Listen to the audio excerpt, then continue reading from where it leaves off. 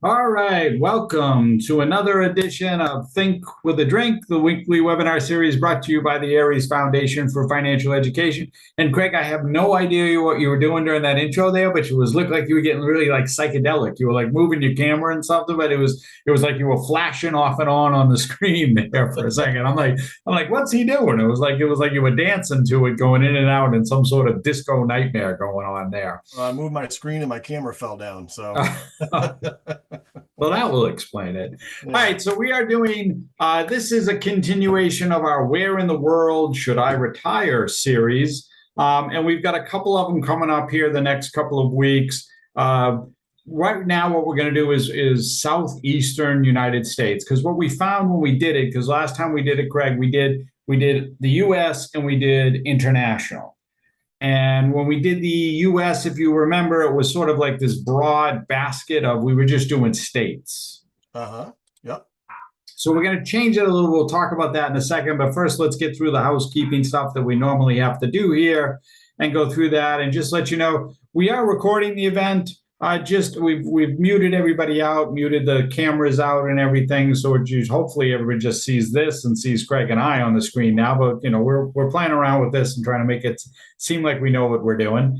There is a chat box. If you do have any questions, feel free to drop them into the chat box. And Craig, who I will introduce in a second, will try to keep us on pace and answer any questions that pop up.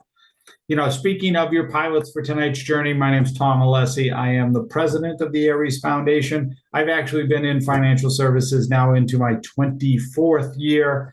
I am an investment advisor. That means I act as a fiduciary whenever giving guidance or advice to any of my clients. I want to bring in my vice president, Craig. Why don't you introduce yourself? Sure. So I'm Craig Richardson. I'm the vice president of the Aries Foundation. I've been in financial services a little over 18 years now, and I specialize in working with families to help them define their financial goals and have a better relationship with their money. And Craig will be chiming in as we go along. And he will also, like I said, be manning the chat box as a, sort of dual role there in terms of trying to, control the back end of the ship or the navigation as far as is making sure things get moving on time here with all of this. All right, so we told you Think with a Drink is brought to you by the Aries Foundation for Financial Education. You can visit us at www.ariesfoundation.org. And, the mission behind Aries is trying to help everyone have a better relationship with their money. Because for Craig and I and the Aries team, what we try to state to everybody is that whether you realize it or not, you're in a relationship with your money. And just like every other personal relationship you have, think of all the personal relationships in your lives, right? Think of those personal relationships. There's sometimes those triggers or behaviors that cause us to act, well, rather irrationally sometimes. And that happens with our money and our finances. And all we try to do is help everybody get a handle on that, get a better grasp of dealing with it. But you can check us out, go to the website, you can check out our YouTube channel, you'll see some of that and some of what we do. All right, there's a lot of words on the screen. I'm not going to read them. This just says we're a nonprofit. We do this educational and information only. All we ask is that if you share this information or any of our videos on our YouTube channel, you do it in an educational manner. However, Craig, myself, the rest of the Aries team does say that if you ever have a question of illegal, tax, or financial, that you seek out the help of a professional to get those questions answered. All right, that brings us to the fun part of the evening. We call this Think with a Drink because we'd like it to be more relaxed, more casual. We know sometimes this, right, Craig, it could be a little challenging, a little maybe overwhelming for some folks to try to, get their heads into and thinking about. Well, not speaking for all people, but I think most people find money to be an overwhelming subject. And so if we can kind of lighten the mood a little bit and talk about it in a maybe not so heavy way, then why not? Exactly. And that's the point behind this. And for tonight, I'm going to be drinking, this is Love Street Blonde. Ooh. So not Love Shack. That's a different conversation. This is Love. This comes to us from Carbatch Brewery in Houston, Texas. they as they say it, Love Street is a state of mind, and you try to it's a kolsch, that's brewed in the traditional style of a kolsch. It's probably, if you were looking for pairings with a kolsch type of thing, maybe a shrimp, chicken, or certainly one of my favorites, which is calamari. So, what are you drinking tonight? Actually, I'm drinking something you gave me, which is a Down East cider donut. Yeah, you gotta let me know how you like the Down East cider donut. That's a cider donut, the hard cider, but it's in a cider donut flavor. It's very difficult to find. Like they don't make it that often. So, it's one of those rare things. It comes out, it's a certain time. Not that ciders, only have a certain time of the year, but it's a funny thing. So anyway, Skol. Skol.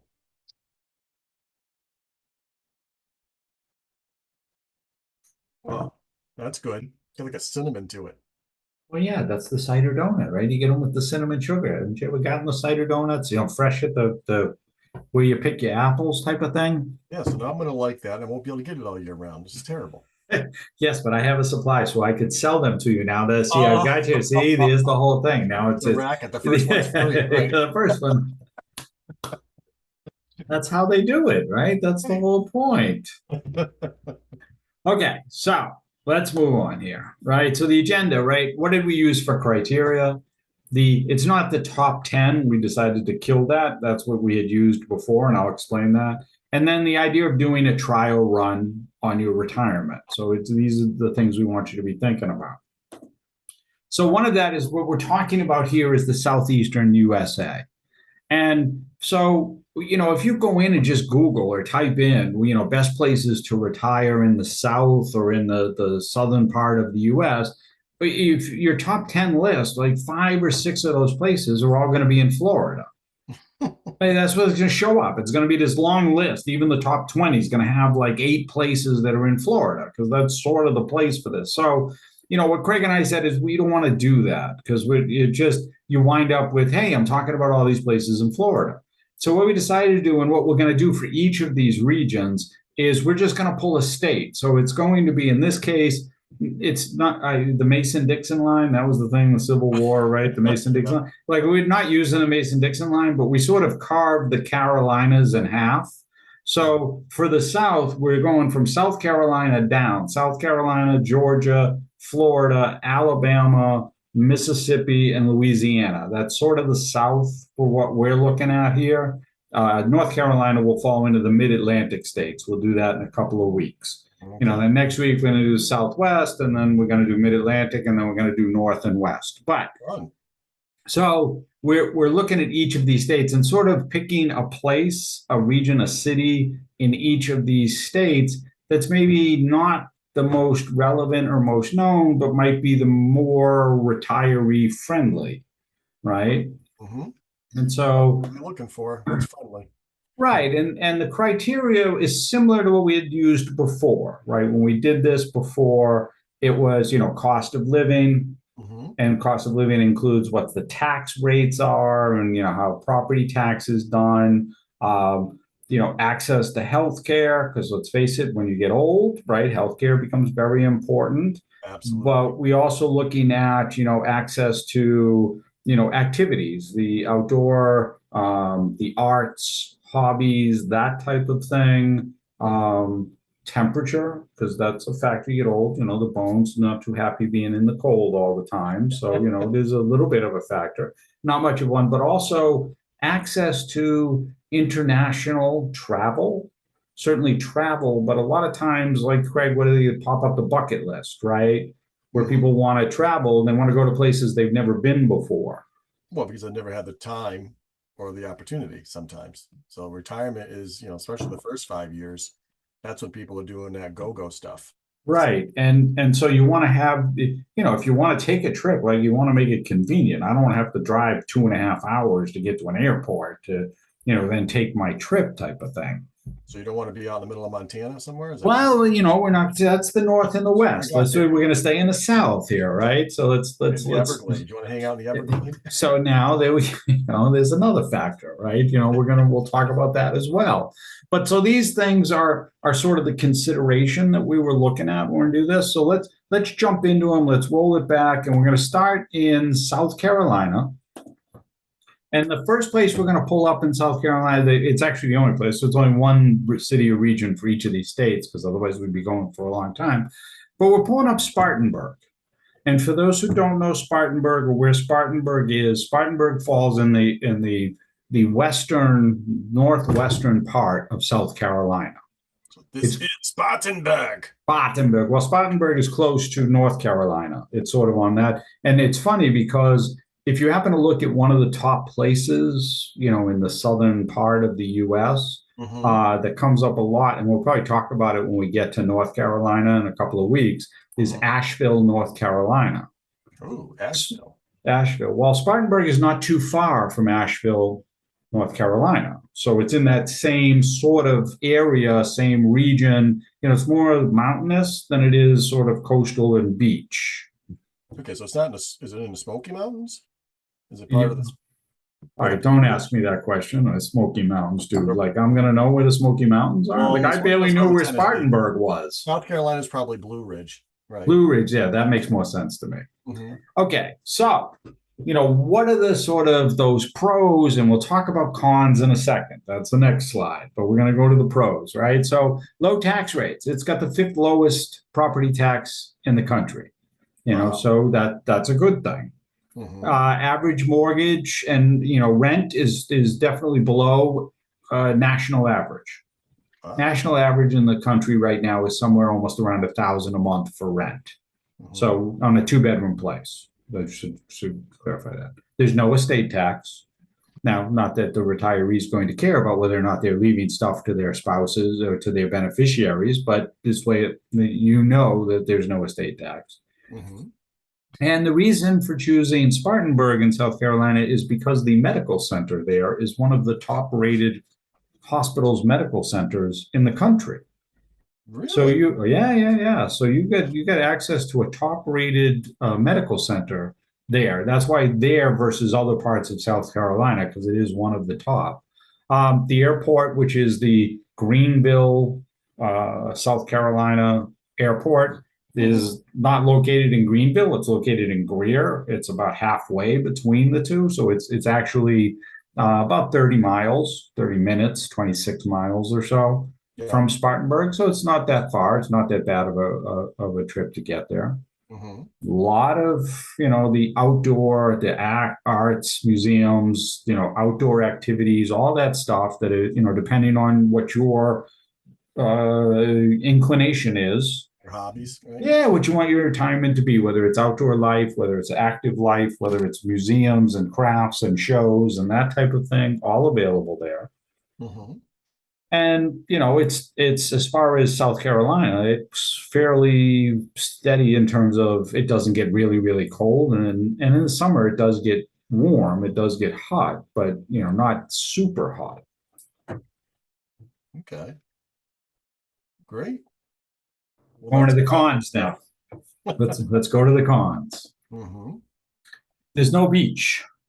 So if you are somebody who is inclined to want to have a beach as part of your retirement or close by proximity access, because there's some people who want that. You always see that with the ads, right? The couple walking down the beach holding hands, right? That's skipping off into the sunset or standing on the dock looking out into nowhere, and who knows what they're thinking about.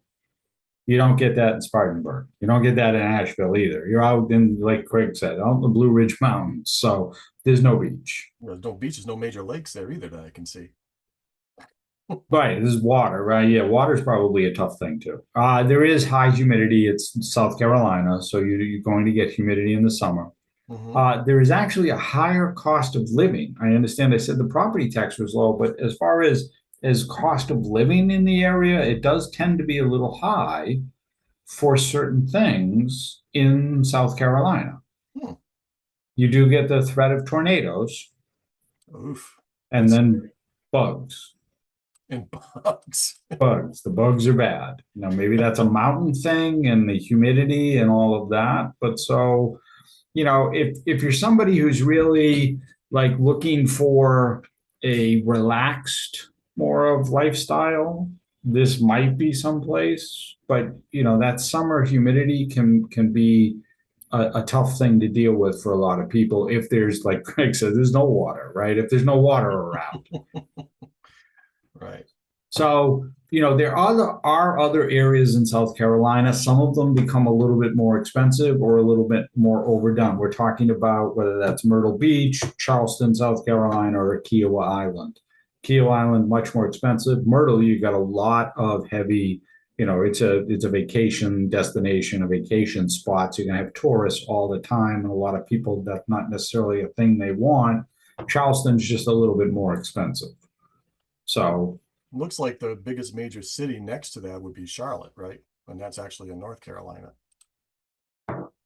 yeah, Mm-hmm. right. Major city, major city. Right. Right. Because Greenville, where the airport, there's an airport in Charlotte as well, but Charlotte's probably like 2 hours away. That's what it looks like. Yeah. Sorry, Yeah. I'm looking at the map. Yeah, no. Because Asheville's somewhere halfway in between the two, Yes. just over the line there. Mm-hmm. Okay. So that's South Carolina, that's Spartanburg. May not be your cup of tea. It might not be what you're looking for. So we'll go to Georgia. Now, Georgia's interesting because Georgia this was kind of like the conversation we had with Arizona, right? Arizona, as a state graded out great and high because there were some places that was dirt cheap to live. But if you were trying to live in like Phoenix, it was, costing you more than most other places in the country. And so it's looking at it from that point of like Georgia, you get very, very rural areas in Georgia, right? Besides Atlanta. So you picking the entire state or? No, I'm not picking this. I'm picking a place called Forest Park. Ah, okay. So Forest Park, Georgia. So Forest Park is near Atlanta. Okay, so you're probably about 20 minutes outside of Atlanta in Forest Park. Okay. So you have access to all that is Atlanta and everything that goes along with Atlanta without being in Atlanta.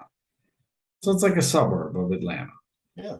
But so if you're somebody who wants sort of that, I want access to the big city, I want to have access to everything that goes along with the big city, museums and nightlife and all of that stuff, this might be someplace that works because, you've got very good tax rates in Atlanta. The monthly rent and mortgage, it's similar as far as Forest Park is to what Spartanburg, South Carolina. There's no estate tax. God bless, there's hospitals all over the place because you're near Atlanta, right? So you get access to a lot of medical care. The airport's right there. Yeah, great airport. Yep. You've got a lot of arts, museums, and all the activities, sports, and all that stuff, and it's fairly warm. So it grades out very highly when you look at it. If you're somebody who wants, not everybody wants that lifestyle. Not everybody wants the nightlife, the city, and all that stuff. Mm-hmm. Yeah, well, I mean, and I spent a lot of time in Atlanta. It's a great city. I mean, there's just a lot to do. So if you can be right on the outskirts of something like that, then you're right. You got the best of both worlds. You're kind of rural and you can be anywhere, all these great activities within 20 minutes. I mean, right. That's the idea behind it. So you have all of that access, except for, just like Spartanburg, there's no beach, right? You're in the middle of the, north middle of Georgia. You're not anywhere near the coast. You got high humidity in the summer. You have a high cost of living. Again, we're doing this against the rest of say the South or other areas of Georgia. It costs a little bit more because you're closer to Atlanta. Overall, Georgia itself has a low healthcare quality. I'm not saying the hospitals in Atlanta aren't. That's why we pushed you more towards Atlanta. But if you were in other parts of Georgia, you got the quality of healthcare definitely diminishes as the farther away you go from a major center.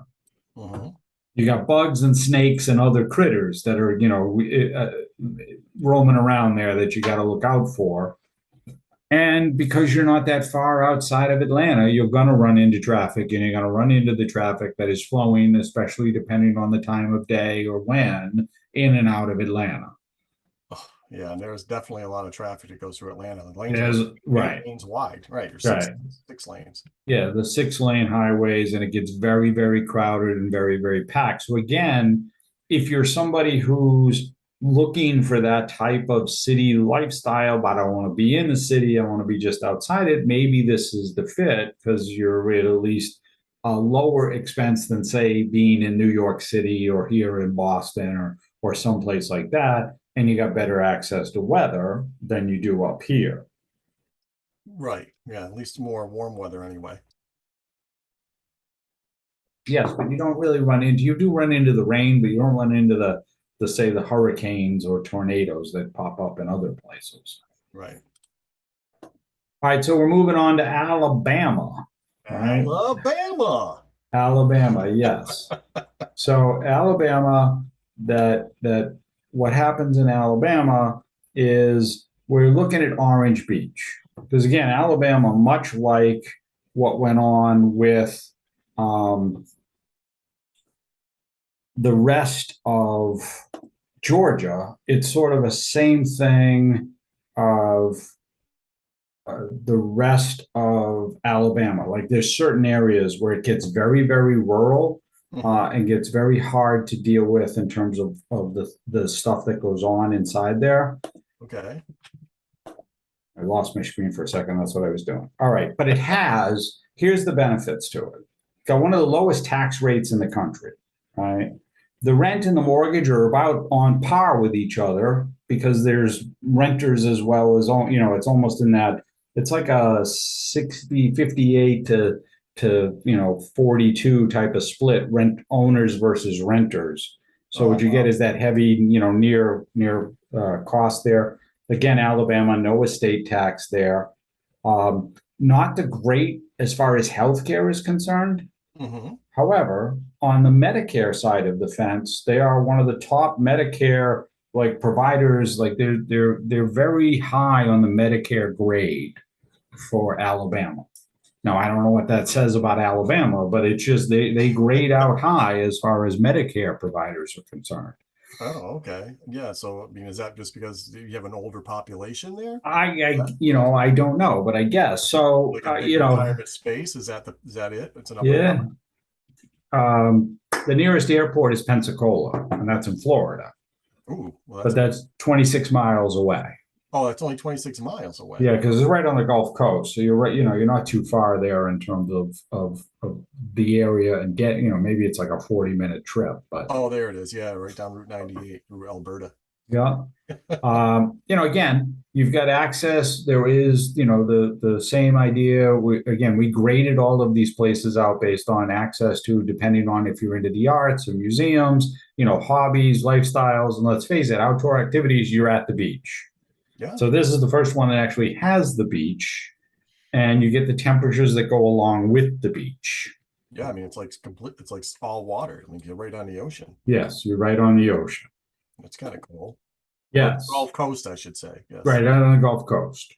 Okay, except for, as we said, the healthcare ranking, Alabama as a whole is terrible, right? It's not the worst, but it's up there in terms of it. The access to quality healthcare is very, very low. So if you're somebody who, certainly, as Craig said, in those go-go years, is healthy and you're maintaining and doing, things, it might be okay.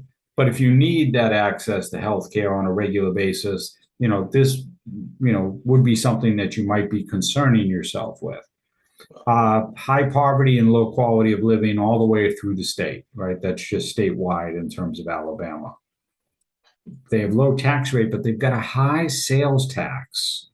Well, and you know what the rate is, or? Well, so it's 4 point something. Okay. I think 4.4 is the sales tax. However, the counties themselves can add on. Oh, geez. Okay. So that, they can make it even higher if they choose to. Whoosh. They can really squeeze you then on that. They can squeeze you. I think the example they were saying was up to 9%, one of the counties. Wow. So they added 5% on top. So, you get high humidity in the summer. So again, that's going to be a factor all the way through the south, basically. You have to be dealing with that high humidity. Severe weather, right? Rain, hurricanes, the severe weather on the Gulf Coast there that can Occasional oil happen. slick. And then you got, bugs and other critters, Mhm. right? As far as going through that. So, it's looking at the Gulf Coast as far as Alabama, whereas with Georgia, we were having you more inland, and the same thing with South Carolina. Here, we went more to the coast with Mhm. it. Mississippi. MISSISSIP. I went Yazoo Missed a City P. here. I spelled it wrong. I did. Yeah, no, that's they missing a P. Yeah, I figured that. I What was happens when that's you get over 50? You miss a P. I missed a P. So Yazoo City, again, low tax rate. So again, the criteria that we were looking at is cost of living. So a low tax rate that's specifically on property. So that you're not getting hit with it. Sixth lowest in the country. So very very low in terms of property taxes. Very low in terms of the rent and the mortgage. The cost of property is very low here. No Wow. estate tax, Mhm. right? The major medical center, however, is 45 miles away. Where you're talking about major medical hospital type of thing. This is not a good place for that. The airport's 30 minutes away, so you can actually fly someplace quicker than you can get to the hospital in that situation. Mhm. Plenty of access, again, to grade it out for arts, the key, museums, communities, hobbies, outdoor activities, because they're in the South, you've got access to all that stuff. Everybody in the list sort of grades out the same there, and your high temperatures, maintaining throughout the year doesn't get really, really cold. Okay. Well, that's kind of a plus. Yes. However, Mississippi has the most miserable residents in the United States. What's that mean?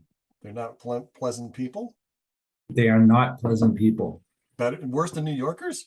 So New Yorkers, it's just more of a grind type of thing. These people are just miserable just on the face of it. They rate out as just the most complaining, uh, just not happy overall being in Mississippi. Well, I apologize to anybody from Yazoo City who may be listening.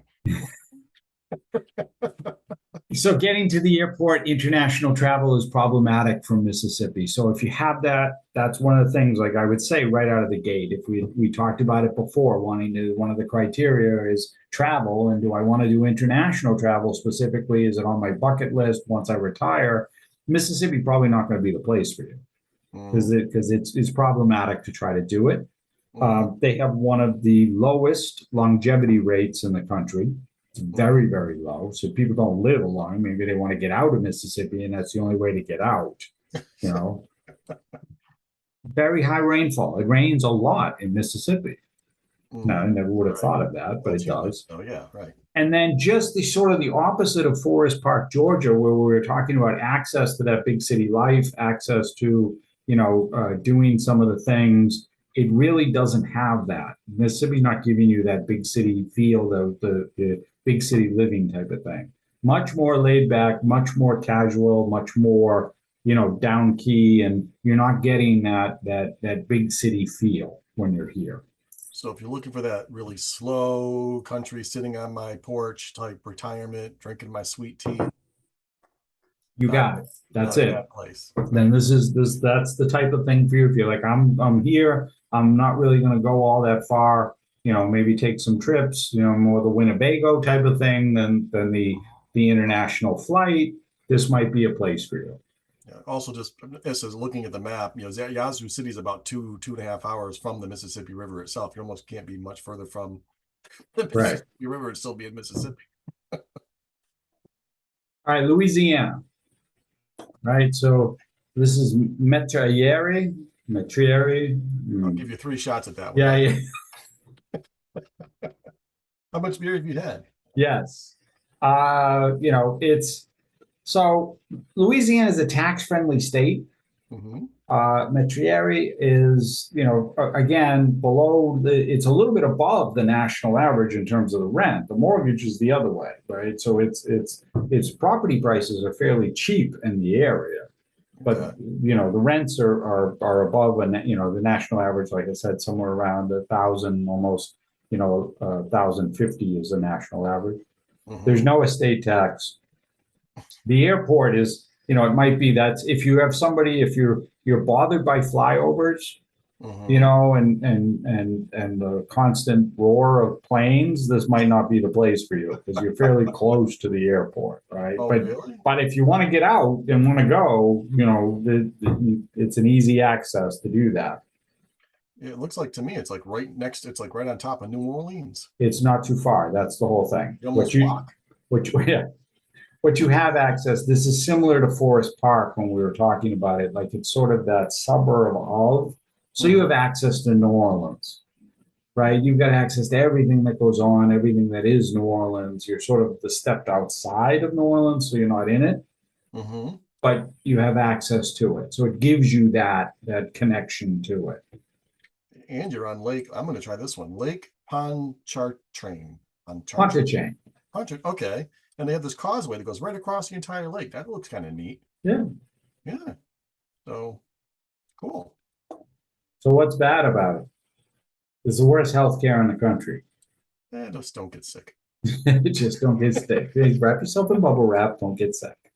Uh, the stuff that goes along with the houses because of all of the weather, right? The flooding, the hurricanes, everything that happens there. Utilities are at an extremely high cost. And because in the summer, everybody's cranking the AC, that can be detrimental, can be very, very cost prohibitive for retirees Mhm. having to pay for that. Maintenance on the house is also very expensive. Again, something that just goes along with you've got this severe weather that occurs on a regular basis there, and it takes away from living or being able to do some things if I got to keep worrying about that. So even though the cost of the houses are low, the maintenance is high. So kind of Balances it out. out. Right. Yeah. Mhm. And then the crime rate is high, and you're not too far from New Orleans, like we talked about. But the whole state's got a high. Any of the major cities and locations in Louisiana have high crime rate.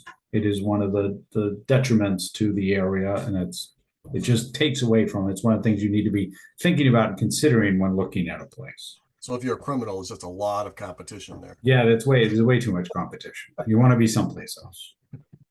All right, and the last one, because as we said, when we talked about this and said, gee, if you did, top places to retire in the Southeast and just Googled it, like, a top 10 list or a top 20 list, like 6 to 10 of the places are going to be in Florida. Right? It's, let's face it, like most of the state acts like a 55 plus community to begin with. So, there's plenty of places to look at and go through. We just use our criteria to sort of narrow it down and pick one maybe lesser known spot, and that's Melbourne, Florida. Now Oh, it's I on thought that the was in Australia. well, okay, that's a different Melbourne. That would be Melbourne, Australia. This is Melbourne, Florida. It's on the East Coast, north of West Palm, about an hour from Disneyland, wherever that is. That's Orlando, right? Yeah, you're right next to Cocoa Beach. Yeah, right near Cocoa Beach, right? So, it's a low cost of living. It's a very low tax rate. Mhm. The property costs are a little higher in Florida than across the country in some places, Well, that's right? supply and demand, right? There's no estate tax in Florida. Hmm. There's medical centers that cater to an older population in just about every city and every region because they know that's who's living there. Yep. In this particular place in Melbourne, over 25% of the population is over 65. Wow. It is almost an old age community, like an old age folks home or the 55 plus community, Yep. just by the nature of the people. Most of the places that we looked at, the criteria was you needed to have at least better than 10% of the population Hmm. over 65. So this one comes in at one of the towering numbers as far as that. Most of them graded out in about the 14 to 16 range. Yeah, well, the nice thing about that is they start catering to that age base. So now there's a lot more services, a lot more things, for us people 65 plus who are retired. Right. Also, in the tax rates, I believe there is no state income tax. Right. Yeah, that's what I said. It's a very, very tax-friendly state as far as Yeah. that's concerned. Yeah, So that's an absolutely. automatic 5% raise when you retire just by moving to Florida. Right.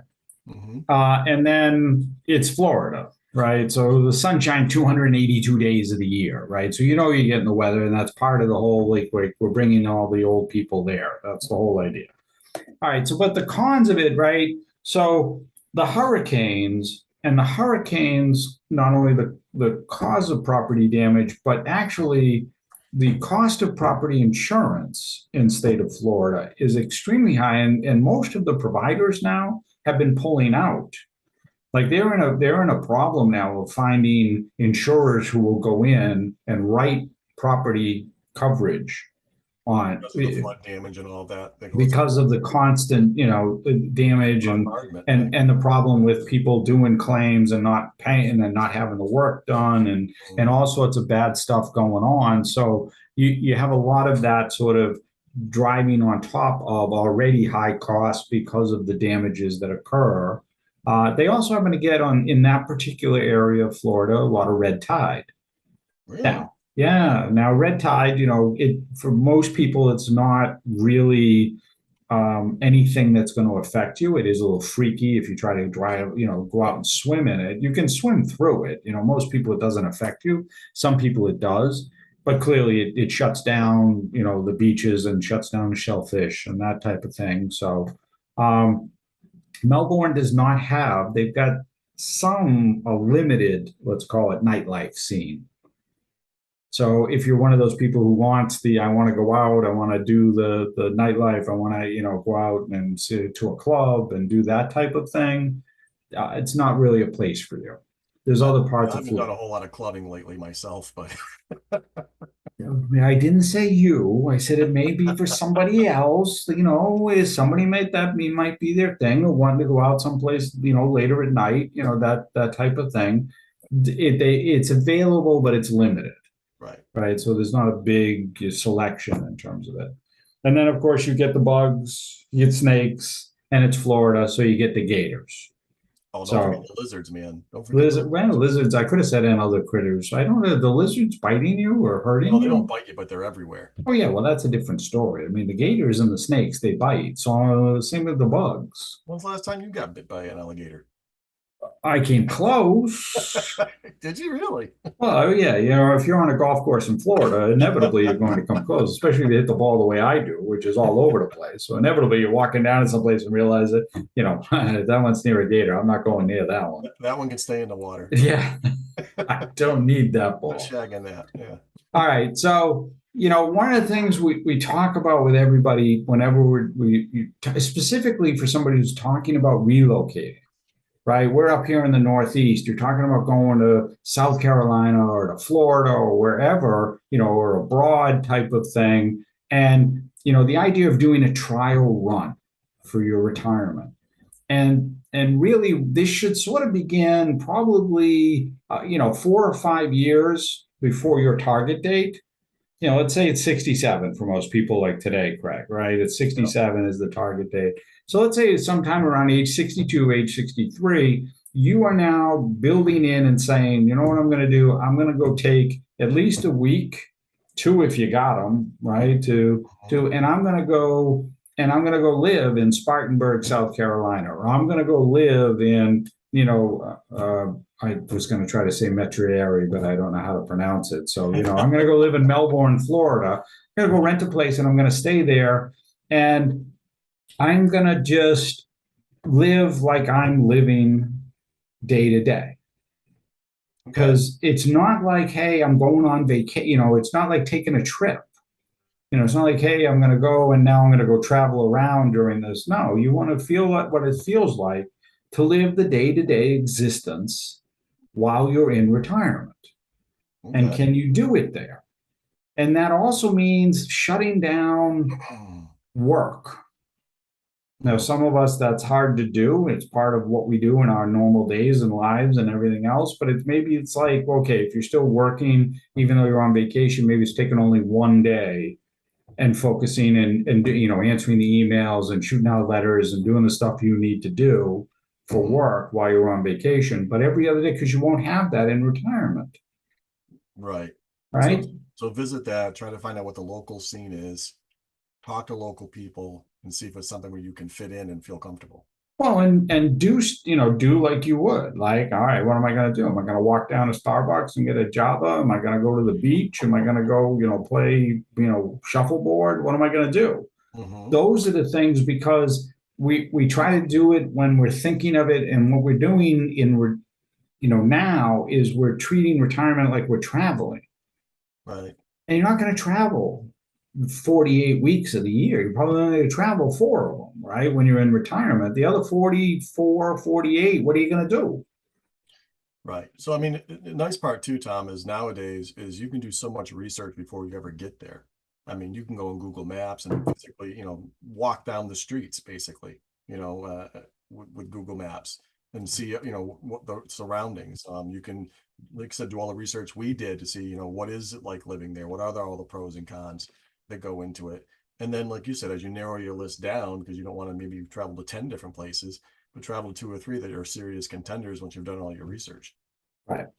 Yeah, absolutely. And I mean, that's a big part. And I think that's a good way to describe that, doing all that due diligence in front of and Mhm. beforehand, rather than just saying, all right, I'm going to go book an Airbnb in Melbourne, Florida for 2 weeks without really doing any prior research to it, just because that's what you're seeing. But you should, if it was Florida was ultimately your destination, I would be doing what Craig just said, off both coasts.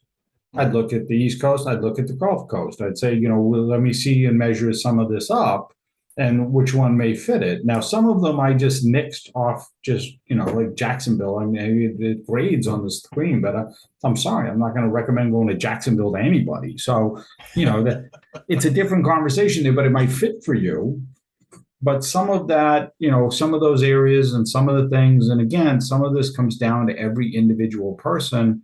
Some of them might be geared more towards museums and art versus crafts and hobbies and that type of thing. And maybe that's what you want.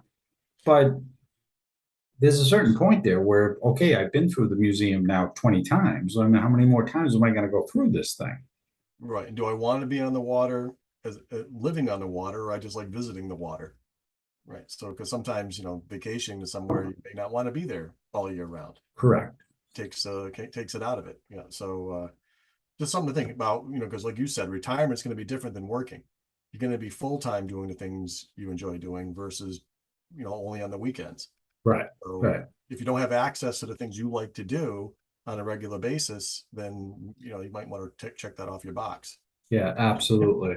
Yeah, and so that's what we try to do with everybody. Our whole goal, like we've talked about, is trying to help everybody sort of figure that out, that road ahead. Who knows where it's going to be? But a lot of times it's sort of trying to understand what those are. Like Craig said, what are the goals? What are the things we're trying to get from the place we're retiring to?